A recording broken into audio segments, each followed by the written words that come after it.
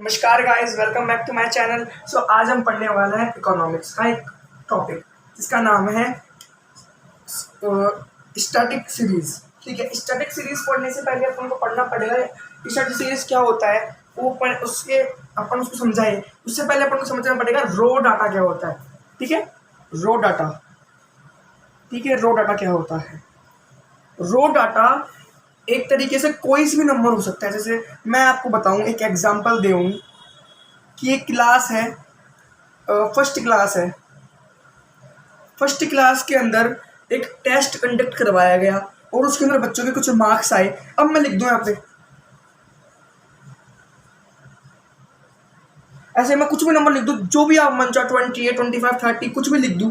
तो अब इसमें क्या पता चल रहा है, किसके कितने क्या बच्चे आ रहे हैं, क्या है, कितने नंबर आ रहे हैं, कुछ भी पता नहीं चल रहा है। यानी कि कुछ भी नंबर आ सकता है रो डाटा के अंदर, उस पर्टिकुलर उस एग्जाम्पल के रिलेटेड कुछ भी आ सकता है। जैसे एग्जाम्पल दिया था ना मैंने कि क्लास में एक टेस्ट कंडक्ट करवाया गया तो उसके बच्चों के नंबर है। अब आपको सामने रख दे कि ये है ना एक टेस्ट है, मैथ में किसी भी सब्जेक्ट में एक टेस्ट लिया गया, उसमें बच्चों के ये नंबर आए। अब ठीक है, अभी आप इसे क्या कुछ भी समझ नहीं पा रहे, आपको इतना ही पता चल रहा है कि भाई ये नंबर है बच्चों के। ठीक है, तो ये हो गया रो डाटा। यानी कि ये एक तरीके से ऐसे कुछ भी नहीं किया अपन, जैसे अपने पास परोस दिया गया ना थाली के अंदर, वैसा का वैसा डाटा है ये। अपन ने सब कुछ भी छेड़छाड़ी नहीं की, ऐसी कोई फ्रीक्वेंसी वगैरह कुछ भी नहीं बढ़ाई, अपन जानते ही नहीं क्या होता है। ठीक है, ये अपने पास डाटा आ गया। ठीक है, अब जो अपन सीरीज पढ़ने जा रहे हैं ना, उसमें अपन इसको डिवाइड करेंगे, एक अलग अलग तरीके से अपन डिवाइड करेंगे, वो अपन देखेंगे आगे। जैसे कुछ भी नंबर आ जाता है ना, तो अभी अपन कैसे डिवाइड करेंगे तो वो भी अपन देखने जा रहे हैं। जो स्टैट सीरीज होती है ना, स्टैटिक सीरीज होती है, वो 2 टाइप्स की होती है। सबसे पहली बात तो आप ये समझिए। ठीक है, 2 टाइप्स की एक सीरीज होती है। अब वो 2 टाइप्स कौन से हैं वही मैं आपको बता रहा हूँ। ठीक है, 2 टाइप्स होते हैं। एक तो इंडिविजुअल सीरीज होती है, ठीक है, एक तो होती है इंडिविजुअल सीरीज। ठीक है, इंडिविजुअल सीरीज हो गई, और एक हो गई फ्रीक्वेंसी सीरीज या सीरीज विद फ्रीक्वेंसी। सबसे पहले अपन इंडिविजुअल सीरीज के ऊपर ध्यान देते हैं कि भाई इंडिविजुअल सीरीज होती क्या है आखिर। ठीक है, अब भाई इंडिविजुअल सीरीज होती है जिसके अंदर फ्रीक्वेंसी नहीं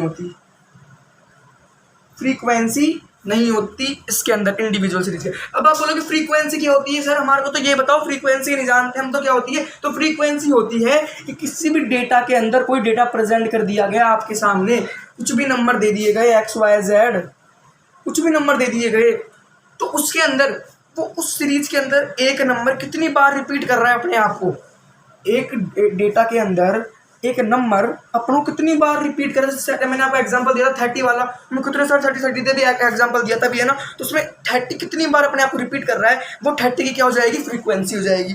तो इसके अंदर इंडिविजुअल सीरीज के अंदर फ्रीक्वेंसी को अपन नज़रअंदाज करते हैं, इग्नोर करते हैं, आप जो समझिए समझ लो।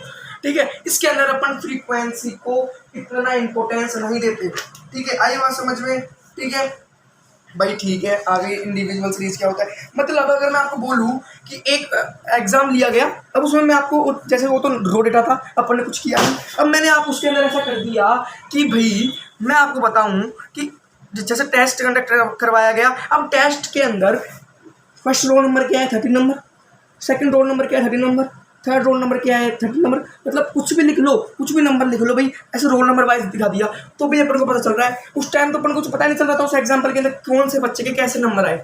बस नंबर आ गए इतने बच्चों के, 15 बच्चों के 15 नंबर दे दिए। अब पता नहीं कौन से बच्चे के क्या नंबर आए, इसमें पता चल रहा है भाई रोल नंबर वाइज है। भाई ये रोल नंबर है,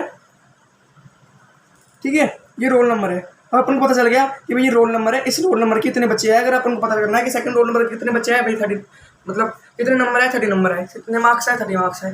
तो ये एक तरीके हो गया इंडिविजुअल। इसमें फ्रीक्वेंसी का कोई मतलब नहीं है, 30 कितनी बार रिपीट हो रहा है अपन को कोई मतलब नहीं है, फ्रीक्वेंसी आएगी ही नहीं। सिंपल सी बात है, ध्यान रखना। अब अपन बात करें कि भाई सेकंड क्या होता है, सेकंड वाली सीरीज का नाम क्या है। तो सेकंड वाली सीरीज का नाम है series with frequency, series with frequency, series with frequency. अब भाई सीरीज विथ फ्रीक्वेंसी क्या है, वो भी आप पूछोगे सीरीज विथ फ्रीक्वेंसी क्या है। तो सीरीज विथ फ्रीक्वेंसी है जिसमें फ्रीक्वेंसी भी काउंट होगी। सिंपल सी बात है। जैसे मैंने आपको एग्जांपल दिया था, फर्स्ट के आए 30 नंबर, सेकंड के आए 30 नंबर, थर्ड के आए 30 नंबर, फोर्थ के भी आए 30 नंबर, ऐसे चलते रहो। अब चाहिए आप, अब बोलोगे 30 क्यों ले रहे हो आप, अब जो मन में आए वो ले हो। जैसे मैक्सिमम मार्क्स अगर 30 है, या मैक्सिमम मार्क्स अगर आप 31 मानते हो, चलो अब बच्चों के इतने आ रहे हैं 31 के नीचे कुछ भी ले लो आप, 31 इंक्लूड करके, मतलब कुछ भी ले लो आप, मैं 30 ले रहा हूँ, आप कुछ भी ले लो, कुछ भी अलग अलग डिजिट भी ले सकते हो, आपको जरूरी नहीं है। बट मैं आपको समझा रहा हूँ कि इसके अंदर फ्रीक्वेंसी भी काउंट होगी। अब इसके अंदर अपन कैसे रिप्रेजेंट करेंगे कि भाई, ठीक है, ये हो गई फ्रीक्वेंसी। अगर भी मार्क्स आ जाएंगे, 30 वाले मार्क्स वाले बच्चे कितने हैं 5, 39 वाले, 39 तो हो ही नहीं सकता, 29 वाले कितने हैं यहाँ पे लिख देंगे जो भी है, 28 वाले कितने हैं, जितने भी नंबर होंगे उतने लिख देंगे। ऐसे करके वो एक टेबल बनती है, ठीक है, ये एक सिस्टमेटिक फॉर्म होता है, ठीक है। तो इसको अपन कुछ भी नाम दे सकते हैं, इसको अपन दे सकते हैं क्लास इंटरवल दे सकते हैं, ये क्लास इंटरवल दे सकते हैं इस बॉक्स को नाम, इस बॉक्स का नाम हो गया फ्रीक्वेंसी। एक और चीज़ होती है जिसका नाम होता है टैली मार्क। टैली मार्क बच्चों ने पढ़ा होगा ना अपने बचपन में, टैली मार्क क्या होता है, ठीक है, टैली मार्क पढ़ा होगा आपने। भाई टैली मार्क क्या होता है पहले वो देख लेते हैं अपन, ठीक है, ये तो अपन को समझ में भी आ गया, ठीक है, आपको समझ में आ गया होगा, मेरे को पता है। तो टैली मार्क क्या होता है, टैली मार्क बच्चों ने पढ़ा होगा कि अगर 1 अगर क्वेश्चन आ जाए क्वेश्चन में तो उसको ऐसे लिखेंगे, रिप्रेजेंट करेंगे, थर्ड को ऐसे करेंगे, 5 आ जाए तो 1 2 3 4, तो 5 को ऐसे नहीं कर देना कभी भी आप, कर दो कभी 1 कर दो, ऐसे ना 5 को क्रॉस कर देंगे फिर, ठीक है। तो इस तरीके के अपन ने रिप्रेजेंट करने का फॉर्म पढ़ा होगा ना बचपन के अंदर, टैली मार्क है जिसको अपन बोलते हैं, तो इन्हीं को टैली मार्क बोलते हैं, ठीक है। अगर 1 फ्रीक्वेंसी आ गई तो अपन 1 कर देंगे, 2 आ गई कुछ 2 कर देंगे, 5 आ गई 3 4 5 कर देंगे, 98 आ गई तो 98 आएगी नहीं भाई, इतनी फ्रीक्वेंसी कोई नहीं देगा, फिर पागल नहीं है, ठीक है। एग्जामिनर 10 आ गई तो वही कर सकते हैं 1 2 3 4 5 6 7 8 9 10, ठीक है। 15 आ गई 1 2 3 4 5 6 7 8 9 10 11 12 13 14 15, ऐसे करके कर लो। अगर आप बोलोगे भाई 11 आ गई तो 1 2 3 4 5 6 7 8 9 10 11, 12 आ गई तो 1 2 3 4 5 6 7 8 9 10 11 12, ऐसे करके अपन कर सकते हैं। तो आपको पता होगा 13 आ गई तो वही 1 2 3 4 5 6 7 8 9 10 11 12 13, ठीक है, वही बात कर रहा हूँ मैं। अगर 14 आ गई तो 1 2 3 4 5 6 7 8 9 10 11 12 13 14, ऐसे करके अपन लिख सकते हैं। तो यही होती है टैली मार्क। अगर अपन, जैसे मैंने आपको सेकंड वाली बताई थी ना, सेकंड वाली सीरीज विद फ्रीक्वेंसी, और उसके अंदर क्वेश्चन बोलता है कि आपको टैली मार्क भी बनाना है, जैसे 30 फ्रीक्वेंसी अगर जो दे रखी है उसके रिलेटेड में आप क्या बना दोगे, उसके बदले में टैली मार्क बना दोगे। मैंने आपको पता 3 कॉलम बनाए थे, एक क्लास इंटरवल हो जाएगा, उसमें सारे मार्क्स आ जाएंगे, फिर एक हो जाएगा क्लास, उसके बाद हो जाएगा फ्रीक्वेंसी आ जाएगी, उसके बाद आ जाएगा टैली मार्क।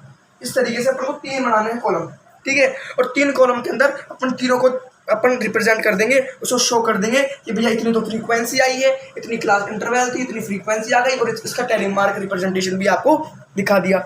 चलिए, आपको समझ में आया होगा जो भी मैंने आपको इकोनॉमिक्स में पढ़ा है, ठीक है। चलिए बाय, अगले वीडियो में मिलते हैं।